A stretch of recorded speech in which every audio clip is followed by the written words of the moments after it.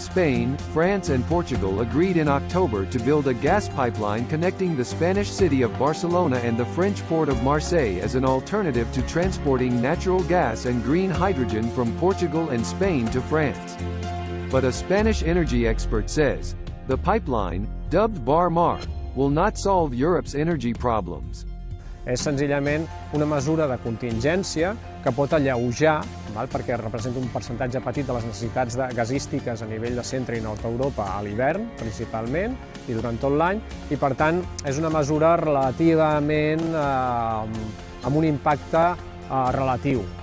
No soluciona el problema de la falta de gas a Europa. Ara, a mitjà i llarg termini, cal veure com se dissenya i com és la planificació. He also expressed concerns over the environmental impact of the project.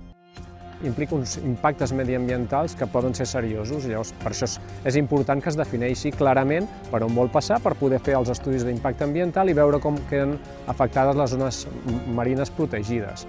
Això per un costat és el més important, perquè això tindrà un impacte amb les dècades que vinguin.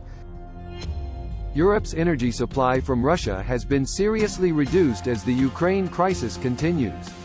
Last year, up to 40% of the natural gas used in the EU to heat homes and power businesses came from Russia. Today, this figure has fallen to around 9%.